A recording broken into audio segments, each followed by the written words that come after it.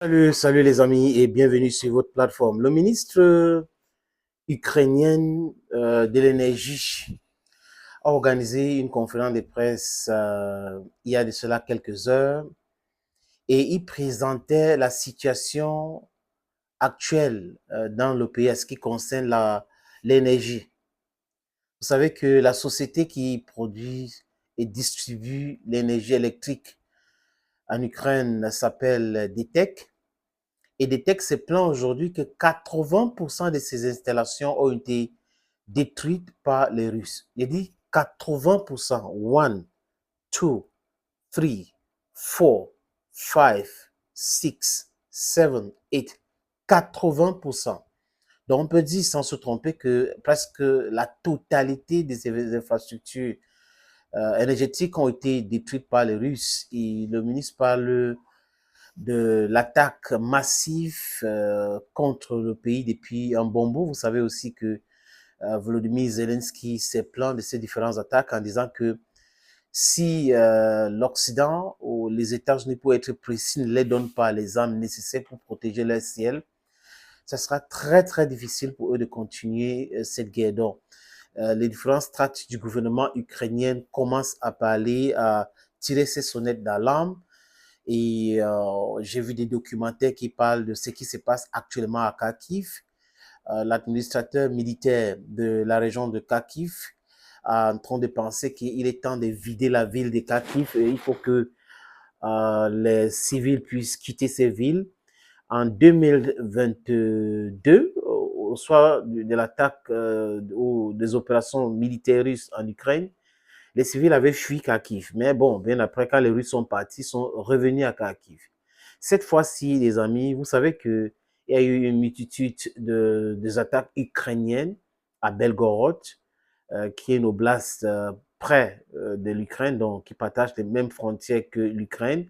Vous avez Bryansk aussi, que les Ukrainiens ont attaqué de temps en temps avec les drones, avec les incursions de soldats ou des rebelles russes qui disent qu'ils combattent Poutine, euh, qui entrent dans les différentes villes que je viens de citer, là où les oblasts de Bryansk et de Belgorod pour commettre des crimes au nom de l'Ukraine. Bref, tout cela pousse les Russes aussi d'essayer de se défendre. Parce que vous savez, à la guerre comme à la guerre, et nous sommes ici pour vous parler des faits. Et les faits sont têtus. Maintenant, quand on finit de parler des faits, nous donnons notre point de vue sur l'actualité. Parce que, je répète, sur nos différentes plateformes, nous donnons nos opinions par rapport à notre background. In the African standpoint, that's how we analyze foreign affairs. That's how we analyze information coming from Ukraine. Il faut le noter, il faut remarquer que nous sommes les Africains et en tant qu'Africains, nous devons analyser toutes les actualités du point de vue des Africains que nous sommes.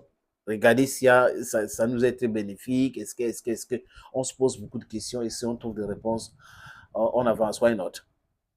Le ministre en question s'appelle Gueman Golashchenko. Gueman Golashchenko, c'est le ministre de l'énergie ukrainienne. Et il tire cette sonnette d'alarme et il présente les faits aujourd'hui. Et vous savez, aujourd'hui, après son conférence de presse, beaucoup de personnes ont compris beaucoup de choses sur les différentes attaques de la Russie. Donc, les Russes attaquent les centrales thermiques et les centrales hydroélectriques. Je répète, les Russes attaquent les centrales thermiques et les centrales hydroélectriques. Et ça cause de délestage énorme en Ukraine aujourd'hui. Quand on vous dit qu'une des grandes sociétés qui produisent l'énergie électrique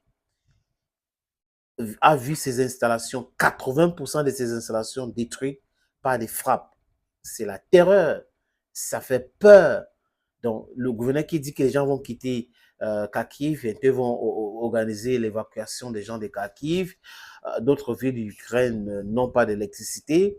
Et c'est sonné de l'alarme qui est tiré partout, par Zelensky, par le ministre de l'Énergie, par le chef d'état-major de l'armée, par le chef de service secret militaire ukrainienne, SBU, que j'ai nommé Kirill Boudanov. Donc, toutes ces informations, les amis, passent un simple message. C'est maintenant qu'il faut négocier. Parce que à chaque fois qu'on perd le temps, c'est les infrastructures qu'on détruit, c'est la vie humaine, c'est des gens qui meurent et tout ça là. Est-ce qu'il faut continuer comme ça? C'est la question que beaucoup de personnes se posent. Mais ceux qui ont le bon sens devraient penser dialogue pour mettre un terme à cette situation. Bye bye.